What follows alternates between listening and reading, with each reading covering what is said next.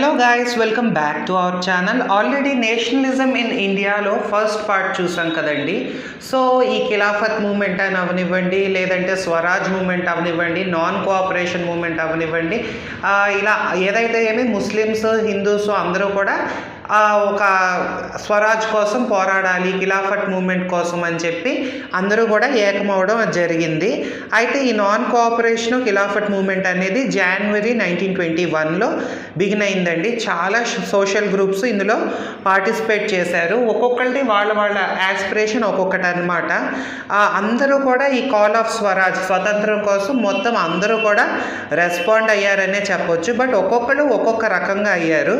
ఇది ఎలా ఉంది ఏంటి అనేది చూసినట్టయితే ద మూమెంట్ ఇన్ ద టౌన్స్లో ఎలా ఉంది అనేది మనం చూసినట్టయితే ఈ మొత్తం చాలా వరకు కూడా మిడిల్ క్లాస్ పీపుల్ పార్టిసిపేట్ చేశారండి. థౌజండ్స్ ఆఫ్ స్టూడెంట్స్, ఈ గవర్నమెంట్ కంట్రోల్డ్ స్కూల్స్, కాలేజెస్ ఉంటాయి కదా, ఆ బ్రిటిష్ వాళ్ళ ఆధ్వర్యంలో ఉండే కాలేజెస్, స్కూల్స్, వాటిలో నుంచి స్టూడెంట్స్ అందరూ వచ్చేసారు. హెడ్ మాస్టర్స్, టీచర్స్ రిజైన్ చేసేసారు. లాయర్స్ ఏమో లీగల్ ప్రాక్టీసెస్ అన్నీ ఆపేశారు.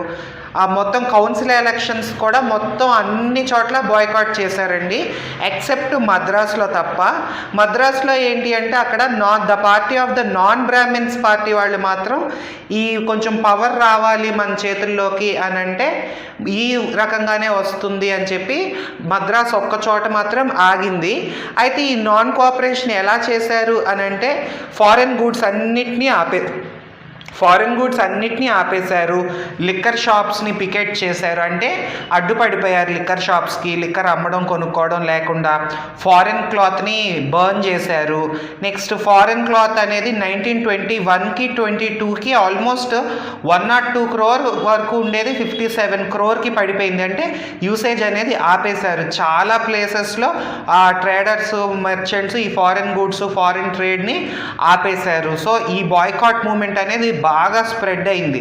సో ఇంపోర్టెడ్ క్లాత్స్ అనేది బాగా తగ్గిపోవడం, అందరూ కూడా ఇండియన్ ఖాదీ క్లాతే వేసుకోవడం అనేది స్టార్ట్ చేశారని చెప్పొచ్చు. ఆ టైంలో ఇండియన్ టెక్స్టైల్ మిల్స్కి, హ్యాండ్లూమ్స్కి బాగా డిమాండ్ అనేది బాగా పెరిగింది.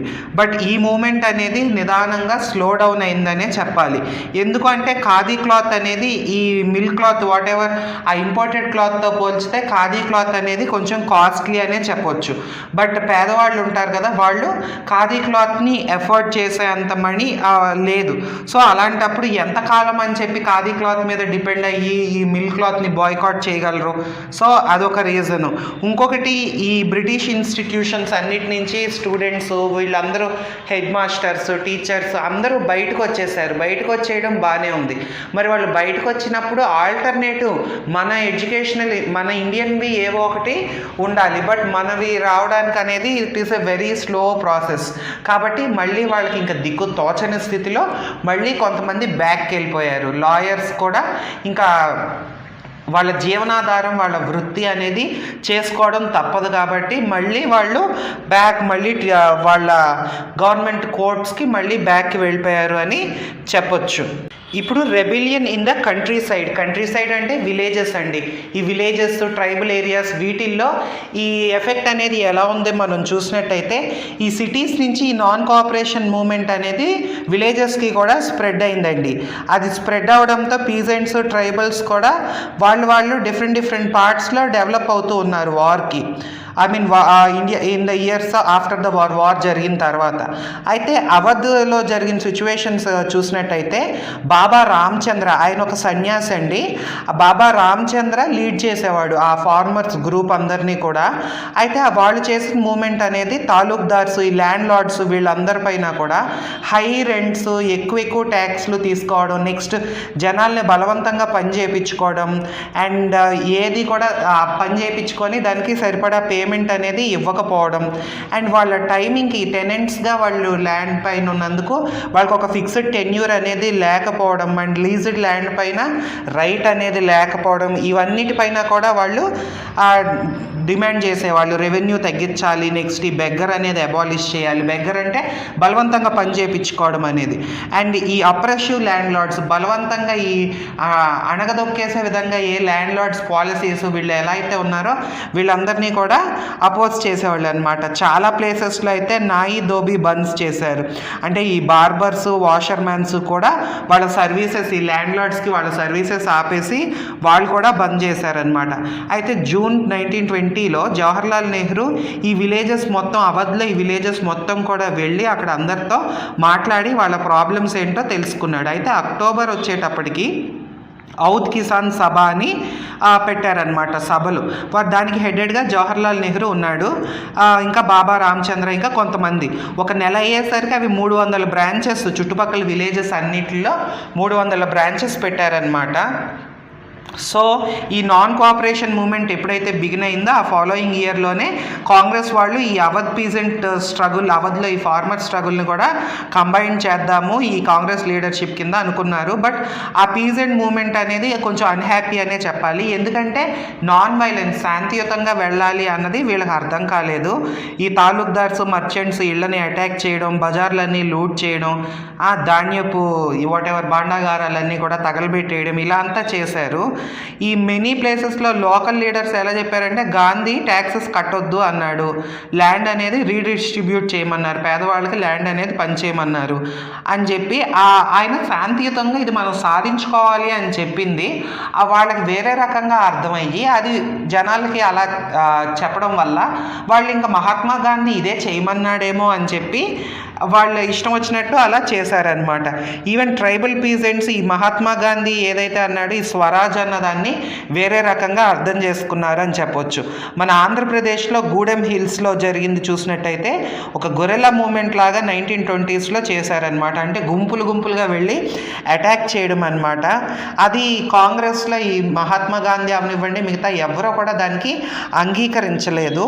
ఈవెన్ అదర్ రీజియన్స్లో కూడా అప్పుడు కొలోనియల్ గవర్నమెంట్, ఈ బ్రిటిష్ వాళ్ళు ఫారెస్ట్స్లోకి అలౌ చేయకుండా అక్కడ యానిమల్స్ని, మేకల్ని, ఆవుల్ని, వీటిల్ని మేపకూడదు అని చెప్పి, నెక్స్ట్ అక్కడి నుంచి ఫ్రూట్స్ అవి కలెక్ట్ చేసుకోకూడదు అని చెప్పి కంప్లీట్గా ఈ వాళ్ళని ఆపేశారనమాట, ఫారెస్ట్లోకి ఎంటర్ అవ్వకుండా. బట్ వాళ్ళు ట్రైబల్ పీపుల్ ఎప్పుడూ కూడా ఫారెస్ట్ అనేది వాళ్ళ సొంతం, వాళ్ళ సంపద అన్నట్టు ఫీల్ అవుతారు. వాళ్ళని ఆపేయడం అనేది వాళ్ళు తట్టుకోలేకపోవడం వల్ల వాళ్ళు వాళ్ళపైన అపోజ్ చేయడం అనేది స్టార్ట్ చేశారు. ఈవెన్ గవర్నమెంట్ వాళ్ళు బలవంతంగా రోడ్లు కట్టడానికి జనాలు తీసుకొని బెగర్ చేపించేవాళ్ళు. అంటే I mean to say like బలవంతంగా పని చేయించడం, దానికి తగ్గ ఫిగర్ అమౌంట్ అనేది ఇవ్వకుండా బలవంతంగా పని చేయించుకునేవాళ్ళు. సో ఇవన్నీ కూడా జనాలకి నచ్చలేదు. సో వాళ్ళు రివోల్ట్ అనేది చేశారు. ఆ టైంలోనే ఒక ఇంట్రెస్టింగ్ ఫిగర్ వచ్చారు, అల్లూరి సీతారామరాజు. ఆయన ఏమనేవాళ్ళు అంటే ఆయన కొన్ని స్పెషల్ పవర్స్ ఉన్నాయని, కరెక్ట్గా జ్యోతిష్యం ఎప్పుడు ఏది జరుగుద్ది అనేది అతనికి తెలుసని, బుల్లెట్లు తగిన మనుషుల్ని కూడా హీల్ చేయగలడు అని చెప్పి ఆయన పైన ఇంకా గాడ్ లాగే ఆయన్ని చూసేవాళ్ళు అనమాట. అయితే ఈ అల్లూరి సీతారామరాజు కూడా మహాత్మా గాంధీ యొక్క గొప్పతనం గురించి మాట్లాడుతూ పీపుల్ని, జనాలందరినీ కూడా ఖాదీ వేసుకోమని, నెక్స్ట్ ఈ తాగుడు అలవాటు మానేయమని ఇలా చెప్పేవాడు. అదే టైంలో ఆయన ఇండియాకి ఫ్రీడమ్ కావాలి అని అంటే నాన్ వైలెన్స్ వల్ల అవ్వదు, శాంతియుతంగా అవ్వదు, వైలెంట్గానే మనం చెయ్యాలి అని బిలీవ్ చేసేవాళ్ళు. సో అదేవిధంగా గూడెంలో మొత్తం అందరూ కూడా పోలీస్ స్టేషన్ పైన రెబల్ చేయడం, బ్రిటిష్ అఫీషియల్స్ని చంపేయడానికి ప్రయత్నాలు చేయడం, సో ఇలాగ గొరిల్లా అటాక్స్ అనేది చేసేవాళ్ళు. సో అల్లూరి సీతారామరాజుని పట్టుకొని 1924లో ఉరి తీశారు అని చెప్పొచ్చు. బట్ ఆ టైంలోనే ఆయన ఒక ఫోక్ హీరో అయ్యాడు అని చెప్పొచ్చు. నెక్స్ట్ ప్లాంటేషన్స్లో ఎలా జరిగింది ఈ మూమెంట్ అనేది మనం చూసినట్టయితే, ప్లాంటేషన్స్ అంటే ఏం లేదండి, ఈ నార్త్ ఈస్టర్న్ స్టేట్స్ ఉన్నాయి కదా, అస్సాము ఇలాంటి చోట్ల ప్లాంటేషన్స్ ఉండేవి. అంటే కాఫీ, టీ, ఈ ప్లాంటేషన్స్లో మనుషుల్ని పెట్టేసేవాళ్ళు అనమాట. బ్రిటిష్ వాళ్ళు ప్లాంటేషన్స్ పెట్టి అందులో మన వాళ్ళని పెట్టేసి మీరు ఈ ఏరియా నుంచి బయటికి రాకూడదు అని చెప్పి వాళ్ళని అక్కడే బంధించేసి ఏ పని చేసుకున్నా వాళ్ళు అందులోనే చెయ్యాలి. ఒక రకంగా ఏంటి అంటే ఇంక వాళ్ళు బానిసత్వం అన్నమాట. ఆ రకంగా వాళ్ళు అక్కడ ఉంచేసేవాళ్ళు. ఆ టైంలో ఈ మహాత్మా గాంధీ స్వరాజ్ ఇదంతా విని వాళ్ళు కూడా ఇంకో రకంగా అర్థం చేసుకున్నారు. ఫ్రీడమ్ అంటే వాళ్ళకి ఏంటి, ఫ్రీగా ఎట్నించేటన్నా మూవ్ అవ్వచ్చు, ఇక్కడే ఉండాలి అనేది కాదు అన్నట్టు వాళ్ళు అర్థం చేసుకొని అప్పటికి ఇన్లాండ్ ఇమిగ్రేషన్ యాక్ట్ ఆఫ్ 1859 అని ఒక యాక్ట్ ఉందండి, బ్రిటిష్ వాళ్ళు పెట్టింది. ఏంటంటే ప్లాంటేషన్ వర్కర్స్ ఉంటారు కదా, వాళ్ళు పర్మిషన్ లేకుండా టీ గార్డెన్స్లో నుంచి బయటికి వెళ్ళకూడదు వెళ్ళకూడదు, అసలు పర్మిషనే ఇచ్చేవాళ్ళు కాదు వాళ్ళు బయటికి వెళ్ళడానికి. సో ఎప్పుడైతే ఈ నాన్ కోఆపరేషన్ మూమెంట్ గురించి గాంధీ స్వరాజ్ మనకు స్వతంత్రం కావాలి అనేది విన్నారో వీళ్ళకి అది వేరే రకంగా అర్థమయ్యి ప్రతి ఒక్కరు కూడా ఇంకా గాంధీరాజు వచ్చేస్తాడు, గాంధీ వస్తాడు, మనందరికీ కూడా మన సొంత విలేజెస్లో మనకి ల్యాండ్ ఇస్తాడు అని అనుకొని అందరూ కూడా వదిలేసి వాళ్ళ పాటికి వాళ్ళు బయటకు వచ్చేసి ఇంకా వాళ్ళ ఊర్లకు వాళ్ళు ప్రయాణం చేసేటప్పుడు మొత్తం అందరూ కూడా ఆ రైల్వే స్టేషన్ల వైపు స్ట్రీమర్ల వైపు అందరూ కూడా అన్నీ స్ట్రైక్డ్ ప్రతి చోట కూడా అక్కడ పోలీసులకి చిక్కిపోయి భయంకరంగా దారుణంగా కొట్టేవారు అనమాట బ్రిటిష్ వాళ్ళు, పోలీసులు ఇలా వెళ్తున్నారు అని చెప్పి. సో అసలు యాక్చువల్గా ఈ మూమెంట్స్ అనేది కాంగ్రెస్ ప్రోగ్రామ్ కాదు, ఇలా రెబెల్ చేయండి, వాళ్ళు జస్ట్ స్వతంత్రం కోసం జస్ట్ బాయ్కాట్ చేయాలి, ఇవన్నీ మనం ఆపాలి అని చెప్పి స్టెప్ బై స్టెప్ ఏదైతే గాంధీ ఆలోచన ఉందో అది వీళ్ళకి ఒక్కొక్కరికి ఒక్కొక్క రకంగా వాళ్ళు అర్థం చేసుకున్నారనమాట, వాళ్ళ ఓన్ వేస్లో అర్థం చేసుకొని ఈ ట్రబుల్స్, ఈ సఫరింగ్స్ ఇవన్నీ కూడా అయ్యాయి. బట్ ఈ ట్రైబల్స్ ఎప్పుడైతే గాంధీ పేరు రైజ్ చేసి స్లోగన్స్ స్వతంత్ర భారత్ అని, నెక్స్ట్ ఈ మొత్తం ఇండియా మొత్తంలో కూడా ఈ ఎడ్యుకేషన్, ఈ స్ట్రైక్ అనేది అయ్యేటప్పటికి what ever it may be, Mahatma Gandhi అన్న పేరుతో అవనివ్వండి, లేదు అసలు కాంగ్రెస్తో లింక్డ్ అని చెప్పి అవనివ్వండి, what ever it may be, అంటే చెప్పింది ఒకటి వాళ్ళు చేసింది ఇంకొకటి అయినప్పటికీ కూడా మొత్తం ఇండియా మొత్తం కూడా ఇదే కోరుకుంటుంది అన్నది, అంటే ఇమీడియట్ లొకాలిటీ వాళ్ళ ఇమీడియట్ ఒకళ్ళ నుంచి ఒకళ్ళు చూసుకొని ఆ మూమెంట్ అనేది through out the country nation wide మొత్తం కూడా స్ప్రెడ్ అయ్యి అదొక పెద్ద మూమెంట్ అయ్యింది అని మనం చెప్పొచ్చు. సో ఇక్కడితో ఈ టాపిక్ అనేది కంప్లీట్ అయ్యిందండి. మీకు ఏదైనా డౌట్ ఉన్నట్టయితే కామెంట్ చేయండి, నేను క్లారిఫై చేస్తాను. అండ్ నెక్స్ట్ టాపిక్లో టువర్డ్స్ సివిల్ డిసొబీడియన్స్ ఇవన్నీ నెక్స్ట్ టాపిక్లో మనం చూద్దాము.